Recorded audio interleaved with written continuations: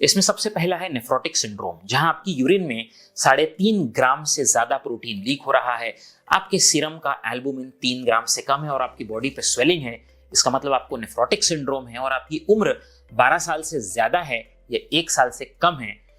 क्योंकि 1 से 12 के बीच में ये माना जाता है कि मिनिमल चेंज डिजीज कॉमन है, इसीलिए वहां बायोप्सी नहीं करते। बट इसके अलावा एडल्ट्स में जब भी नेफ्रोटिक सिंड्रोम होता है तो आपको बायोप्सी करनी ही करनी है।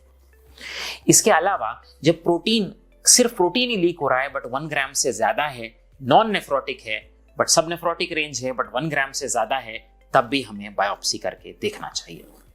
इसके अलावा जब ये प्रोटीन सिर्फ 500 mg से ज्यादा है बट साथ में रेड ब्लड सेल्स भी आ रही हैं, तब भी हमें बायोप्सी कर देखना है कि कहीं किडनी के कुछ फिल्टर्स खराब हैं जहां से ये प्रोटीन और रेड सेल्स लीक हो रहे हैं। इसके अलावा जब अक्यूट किडनी इंजरी है और हमने प्री रीनल और ATN और ऑब्स्ट्रक्शन के सारे कॉजेज रूल आउट कर लिए और ये बात क्लियर नहीं हुई कि अक्यूट किडनी इंजरी क्यों हुई, वहां पर भी आपको बायोप्सी करके देखने की जरूरत है। इसके अलावा अगर रीनल डिसफंक्शन है, क्रिएटिनिन बढ़ा है और कोई रीजन समझ में नहीं आ रहा, प्रोटीन भी नहीं है, यूरिन में RBCs भी नहीं है, बट किडनी का साइज नॉर्मल है, किडनी का साइज छोटा नहीं हुआ है, CMD मेंटेन्ड है,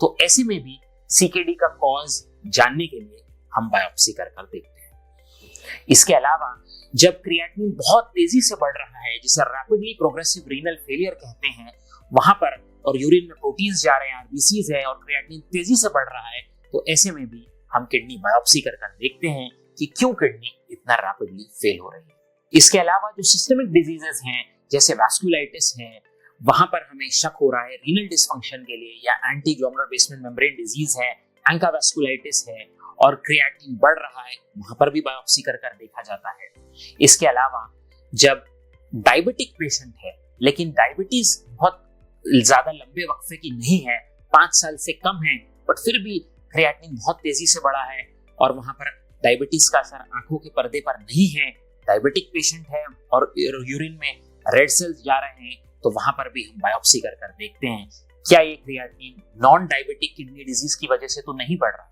इसके अलावा जो जेनेटिक कंडीशंस है, कुछ फैमिलियल कंडीशंस है जहां सारी फैमिली में रीनल डिसफंक्शन हो रहा है, उसमें आप अगर किसी एक मेंबर की भी बायोप्सी कर लेंगे तो आपको पता चल जाएगा कि इनके फैमिली में कौन सी बीमारी चल रही है।